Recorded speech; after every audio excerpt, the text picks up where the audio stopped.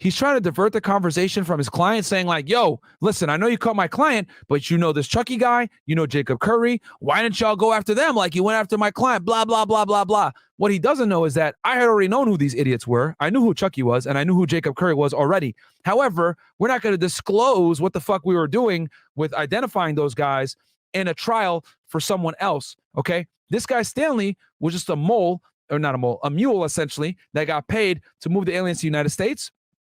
And he was supposed to take that money, that $23K, and give it to someone in the United States with the aliens, and he was supposed to get a portion of it and go back to the Bahamas. But he got caught, all right?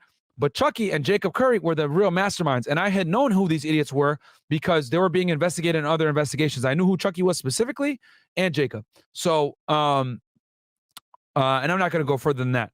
But you know, detail-wise, I mean, this is all public information, so I'm reading it off here.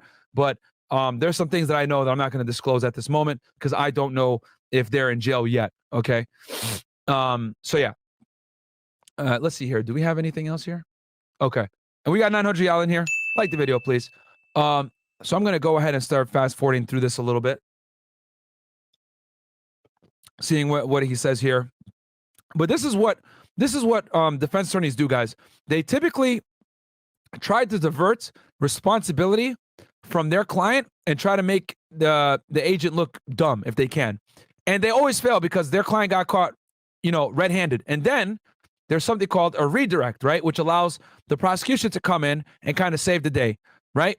So so you indicated that you interviewed the defendant last. Is that correct? And this is from the AUSA. So now after he gets cross-examined, he's able to do a redirect examination. So the prosecutor kind of comes in and fills in holes that the defense attorney tried to punch in the testimony, which he did a very bad job, by the way. He kept trying to redirect and say, oh, well, why didn't you go after Jacob Curry or Chucky or whatever, blah, blah, blah, right?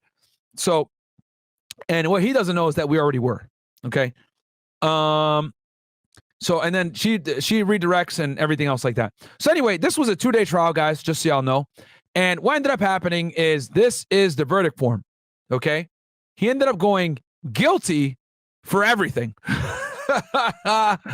right? Safe to say his defense attorney didn't do too good of a job, right? That's definitely a big... All right.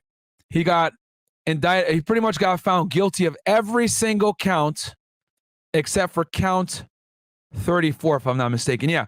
As in count 34 of the indictment, we find the defendant not guilty. So he got found guilty of everything else.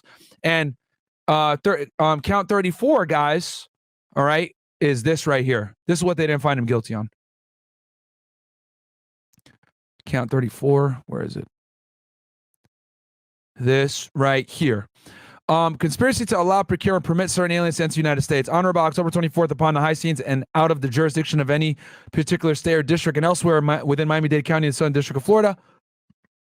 Stanley Roll did knowingly and willfully connive, conspire, confederate, and agree with other persons known and unknown to the grand jury to allow, procure, and permit aliens Ray de los Santos and Carlos Moreno Archibald, whom he knew to be inadmissible to enter the United States, said aliens being inadmissible under Title 8 United States Code 1182. And who had been convicted of aggravated felony in a violation of 8 U.S.C. 1327, okay? So he brought in 2 convicted felons. So he didn't get found guilty of this. Conspiracy to allow, procure, and permit certain aliens to enter the United States. Hey, I'll tell you guys this. 33 out of 34 isn't too bad, baby. You know what I'm saying? That's a big... All right.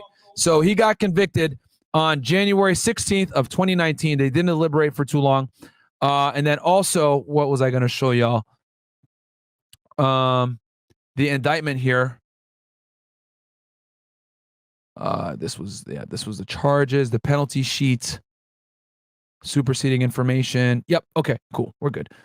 So this is what he got hit on the verdict form. And then he ended up getting the judgment, guys. Here's the judgment, right? And this was on March 26, 2019, the judgment that he got from Paul C. Huck. He ended up getting 60 months as it counts 1 through 33 to be served concurrently. So he got lucky. He didn't have to do it consecutively. He got it concurrently, so they all roll at the same time. So 60 months is 5 years, okay?